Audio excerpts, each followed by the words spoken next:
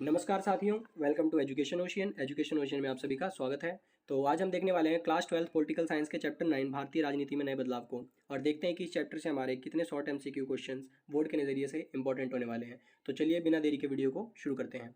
तो चैप्टर का पहला प्रश्न हमसे पूछ रहा है बच्चों की राष्ट्रीय मोर्चा की सरकार कब बनी। तो आप सभी को पता ही होगा बच्चों। तो इस चैप्टर में हमें गठबंधन की राजनीति के बारे में पढ़ाया जाता है, जो कि कब से स्टार्ट हुई थी बच्चों। तो 1989 से गठबंधन का दौर शुरू हुआ था। तो यहाँ से लेकर अब तक की सरकारों के बीच में किस किस प्रकार की गठबंधन करके सरकारें बनाई गई, उसके बारे में ये चैप्टर हमें पढ़ाता है। तो उन्हीं में से बच्चों एक गठबंधन राष्ट्रीय मोर्चा का भी था।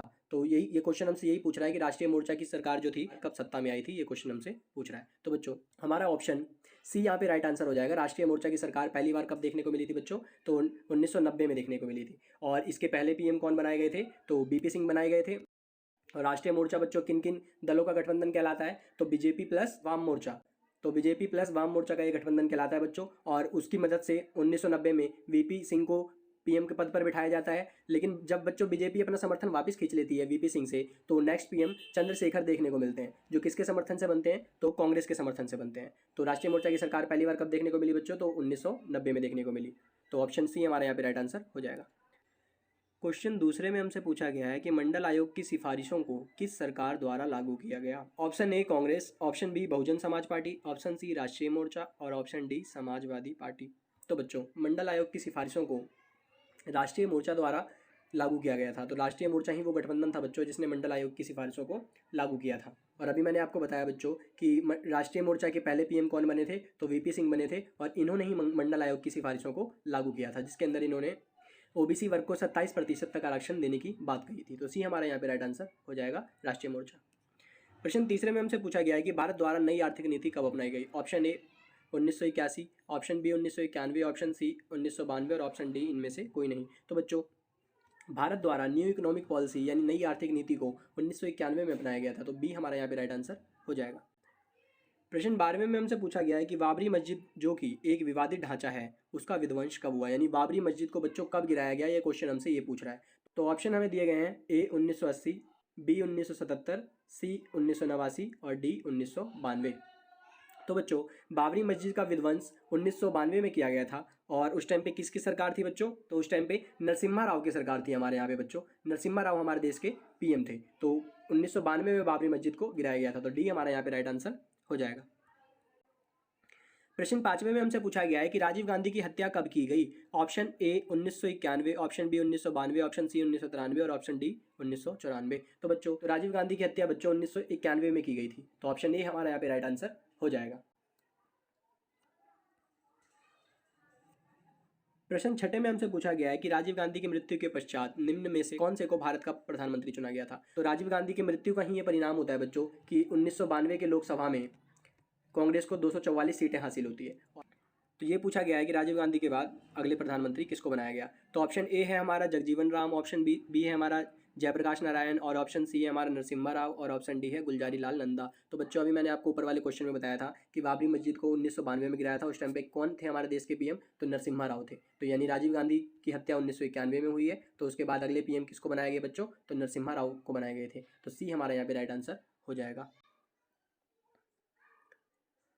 प्रश्न 7वें में हमसे पूछा गया है कि भारत के केंद्र में गठबंधन सरकारों का युग कब शुरू हुआ। तो ये इस क्वेश्चन का आंसर बच्चों मैंने अभी आपको स्टार्टिंग में वीडियो की स्टार्टिंग में ही बता दिया था कि गठबंधन की सरकारों का युग 1989 में शुरू हुआ था। तो ऑप्शन हमें दिए गए हैं। ऑप्शन ए 1982, ऑप्शन बी 1963 और ऑप्शन सी 1983 और ऑप्शन डी इनमें से कोई नहीं। तो जैसा कि हम सभी जानते हैं कि गठबंधन का दौर हमें 1989 से देखने को मिलता है, और ऑप्शंस में ये कहीं पे भी मेंशन नहीं है। तो डी हमारे यहाँ पे राइट आंसर हो जाएगा, इनमें से कोई नहीं। प्रश्न 8वां हमसे पूछ रहा है कि भारतीय जनता पार्टी के गठबंधन को निम्न में से किस नाम से जाना जाता है।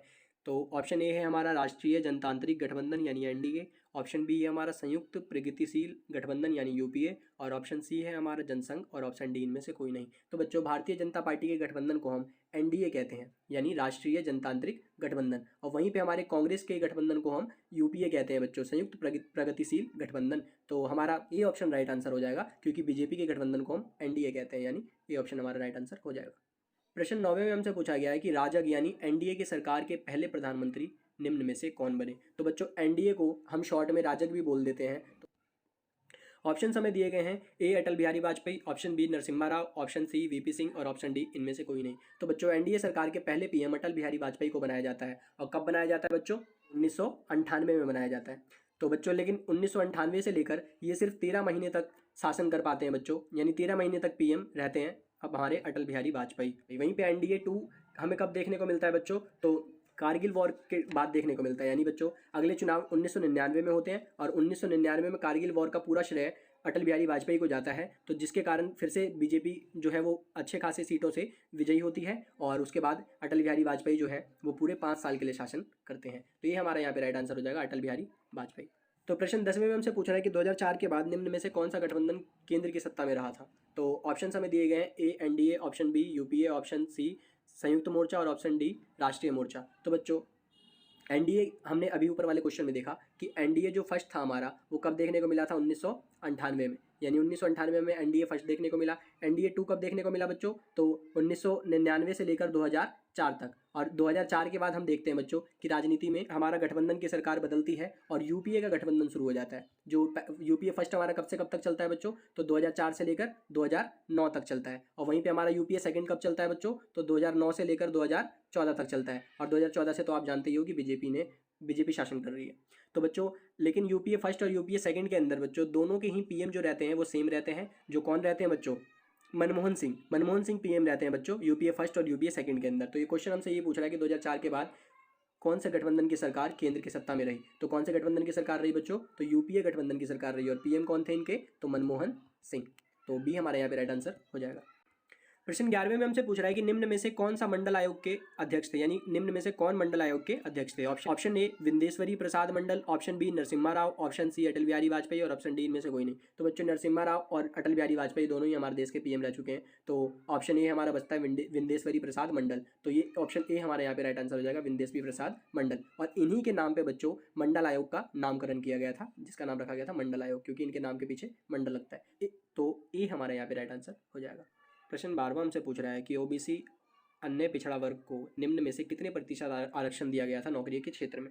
तो बच्चों मैंने इसका आंसर आपको ऊपर वाले फर्स्ट क्वेश्चन में भी बता दिया था कि मंडल आयोग की सिफारिशों को किसने लागू किया था बच्चों?